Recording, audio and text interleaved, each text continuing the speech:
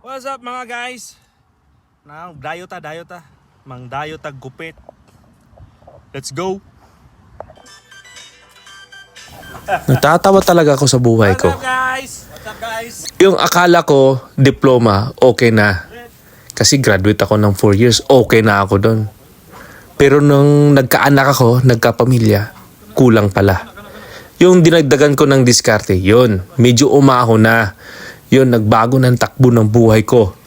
Marami na akong natutunan sa buhay. Hindi lang diploma yung kailangan, diskarte din. Tingnan nyo ako. Dito ako natuto maggupit. Pero akala ko habi-habi lang. Ngayon, may extra income na. Kaya kayo mga bata kayo, yung mga teenager, huwag kayong sumuko. Diskarte lang sa buhay para marating yung gusto nyo. Satisfied customer. Salamat sa pagkikinig na walang kwenta.